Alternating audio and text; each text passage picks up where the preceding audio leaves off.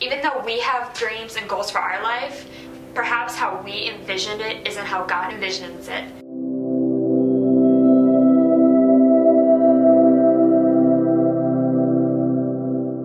My story is very simple. It starts like any other, parents that are college sweethearts, and then, life happens. And on February 13th, 1997, my dad actually passed away unexpectedly at a work-related accident. And when you're 3 years old, you don't understand why God does things. And it took about almost 11 years for me to understand why I was upset, why you feel empty, why you don't understand. And what I found out was that I was angry at God. And it's okay to be angry, but it's not okay to hold that burden. So I challenge you guys, if you guys are angry, if you guys are hurt, if you guys want to change things, you have to come with a problem. What's the root of the problem? Even though it took 11, 13, 14 years, maybe, you might have to really evaluate why you are angry and forgive God and then move on. I dealt with a huge season in my life where I didn't let people an arm length away. I always kept people at a distance. I didn't want to be near people.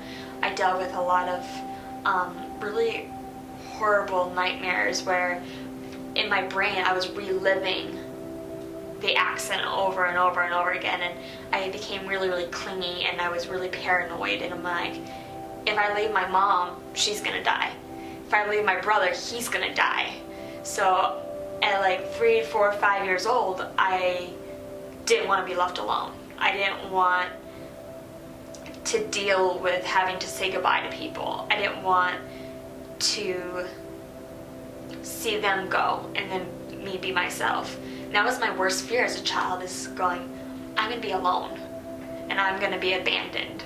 And even as a young woman, I was dealing with being left alone. When I was 15 years old, I went to convention, and I don't remember the speaker, I don't remember what night, I don't remember anything. I just remembered being pushed in front of the altar and weeping like I've never wept before. And just kind of how we were talking about last night, and even this morning at camp, is that we all have altars. And the thing is, what's so important is that when you drop that burden off, you have to leave it at the altar. Let God carry it for you. He's already had that weight on him when he's died on the cross anyway. So what I would say, guys, is that leave it at God's feet and then forgive God because he didn't do your dream or your plan according to you. I always have to remind myself that God's plans are always better than what you can even imagine.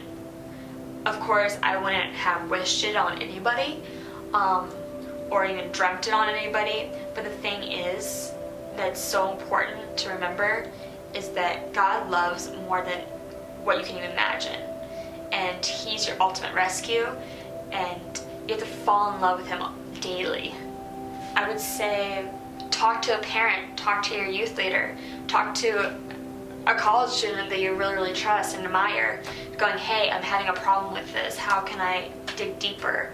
I would say do a 30-day challenge of just listening to Christian music, watching Christian movies, just surround yourself with positive people. Because the one thing that I've learned personally is that you need to be uplifted to be lifted. And to deepen your faith is wanting it, desiring it, be hungry for it. I know personally I can't start my day without it. It's slowly starting to become more important than breakfast for me. But you have to do what you need to do, but just remember the end result is what you want, is God. Always know you always need Jesus.